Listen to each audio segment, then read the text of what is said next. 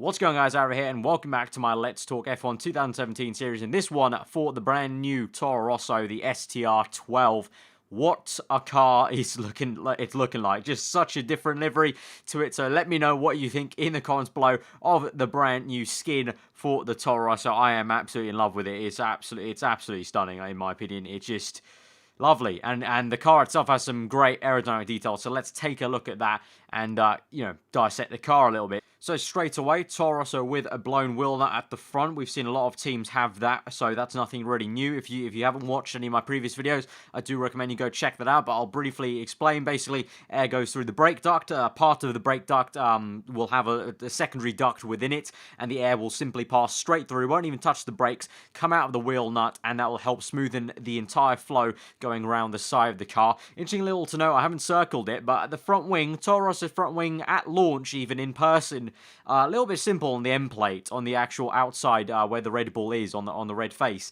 A little bit simple. Also on the inside, a few little veins here and there and winglets that were there from Abu Dhabi last year that are not there in launch spec. So I would expect Toro Rosso to probably update that wing throughout testing, and definitely by the time they get to Australia have a bit more of a complex end plate for sure, at least minimum, because you can see a lot of teams like to try and use little winglets and vanes on the side of the end plate to further help them get air around the front tire to help clean up the flow coming off the rotating vortexes off the actual wake of the tire. So I would be surprised if a team like Toro Rosso didn't have that, already planned, and would definitely be there by the time we get to Australia. But that's the case with a lot of teams. We've seen their bigger team, Red Bull, launch with a very, very simplified launch car. So I think throughout testing, we're going to see a lot of different changes, and hopefully by the end of next week, I will be making a video talking about some of the major changes there throughout testing. But anyway, let's get back to the actual Toro Rosso specifically. If we go to the barge board area, Toro Rosso have got this sort of split upright, and it doesn't actually go across the top face of the side pod. Most teams have stretched one upright, either in a dogleg shape like Renault or McLaren, and brought it across the top of the side pod to meet into where the driver's head is, the chassis part of the chassis monocoque structure. But Toro Rosso have gone for this double element floating sort of concept. It's a lot like, actually, if you look back and compare to the Manor car of last year, they had a similar sort of approach of floating uprights that, they're just connected by a little bit of carbon fiber sticking out from the very side of the side pod, but they're not actually curving round, because Toro Rosso instead have got a winglet which is very, very much as high as they can get, pretty much, that comes across the very leading edge of the side pod there as it curves into the actual inlet itself. And the inlet, talking about the inlet, very, very interesting inlet, very, very narrow inlet, chiseled inlet.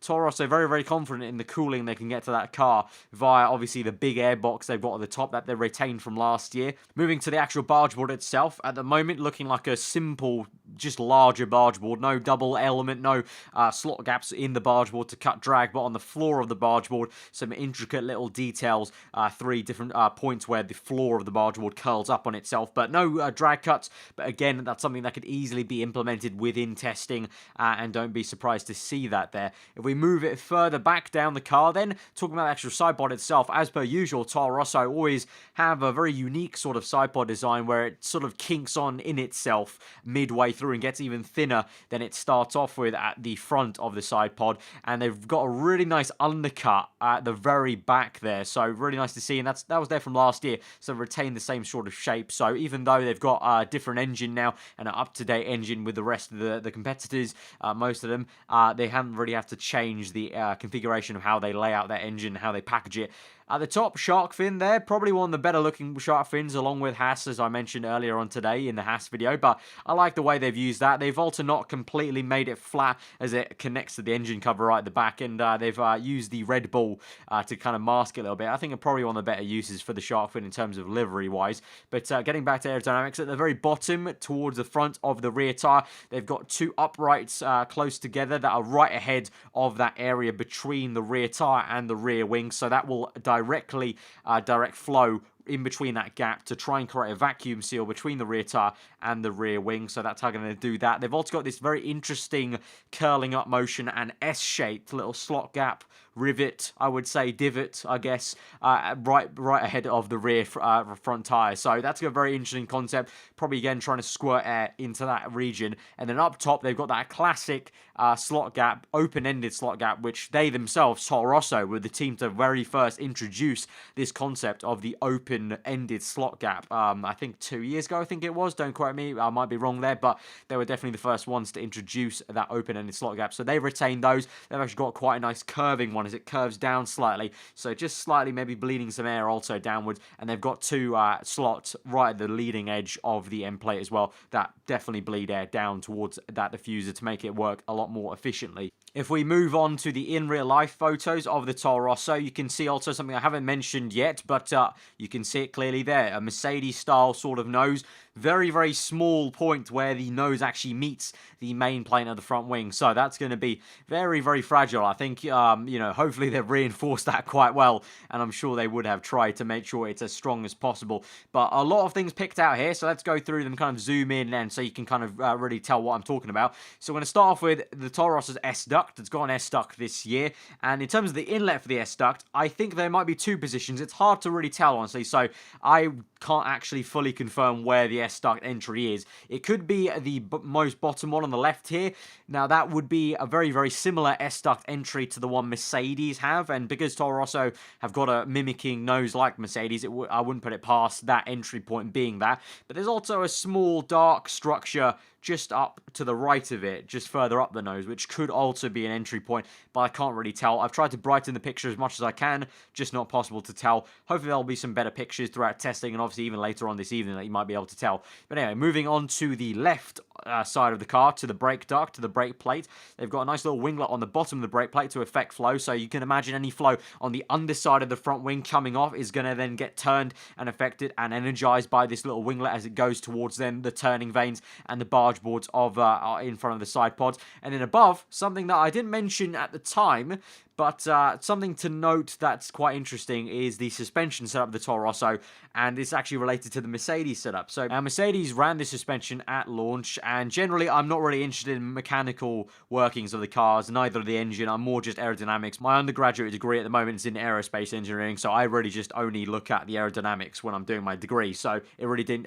come to mind to kind of look at it. But after looking at analysis online, he's ran this at launch, and what it is actually is an extension of the suspension. So the suspension arm at the top there does not actually need to go inside the wheel hub. It can remain outside the wheel hub, offset from the rest of the tyre, and they've got this extending arm that attaches from the brake plate to basically get that suspension working and outside the wheel hub. Now that's purely for aerodynamic reasons actually, because then they can move the suspension arm as high as they want to a high position, even backwards, offset, because you're getting that extension arm that's going diagonally across. And so Toro Rosso have copied that. So that's the only two teams, as far as I know, that have got this design there in terms of suspension. I think a few other teams have offset as much as they can, but I think Toro Rosso and Mercedes are the only two teams to completely just take the suspension arm out of the wheel hub. And they've also got, Toro Rosso have got the double wishbone suspension at the bottom as well, that we've seen a few other teams run previous years. A lot of the time this year, we've seen some teams who did run the double wishbone,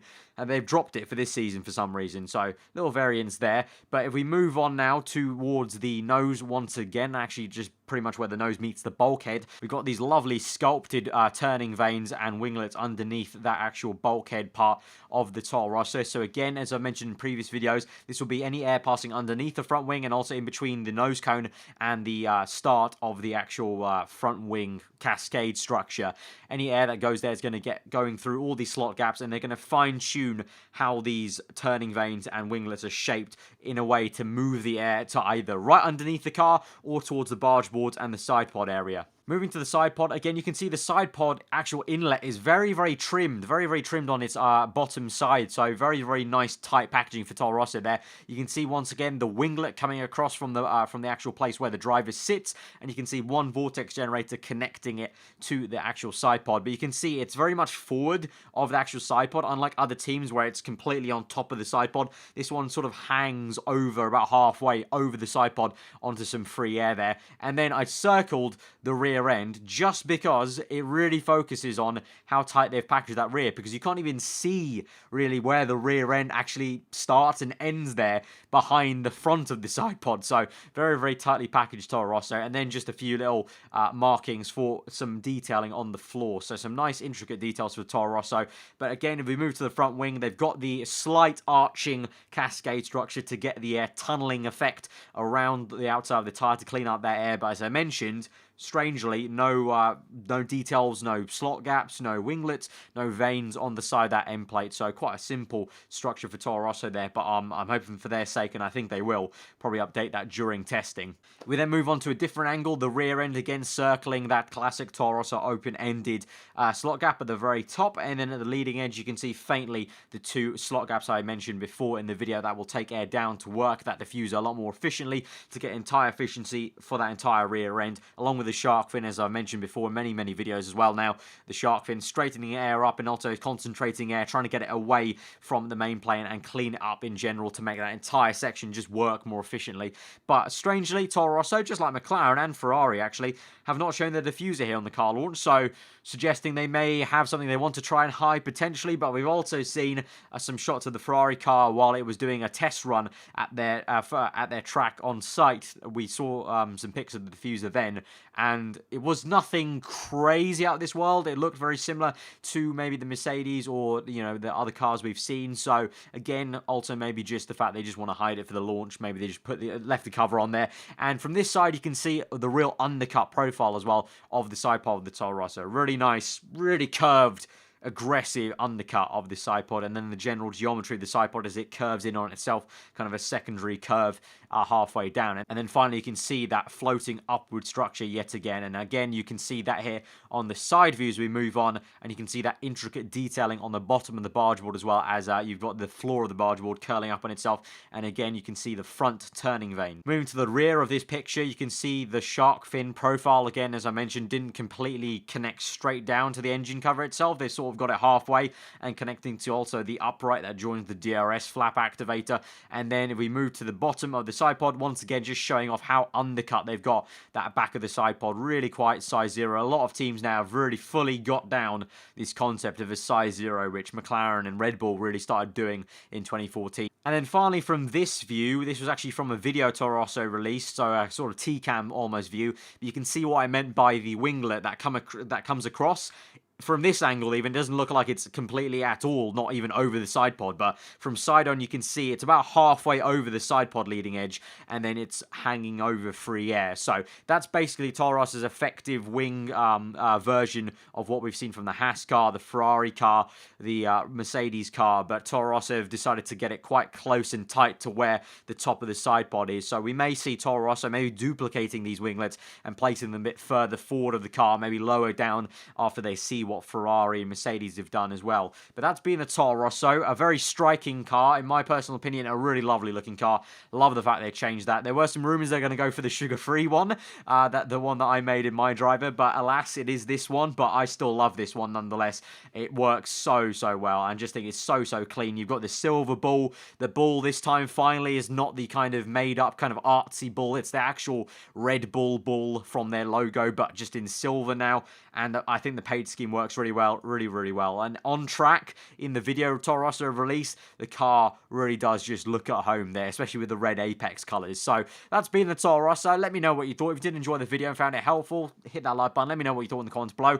Let me know what you thought of the Toro Rosso livery. And if you're new around, then do subscribe for weekly Formula 1 content. I'll see you guys next time. Hope you enjoy the rest of your day. Goodbye.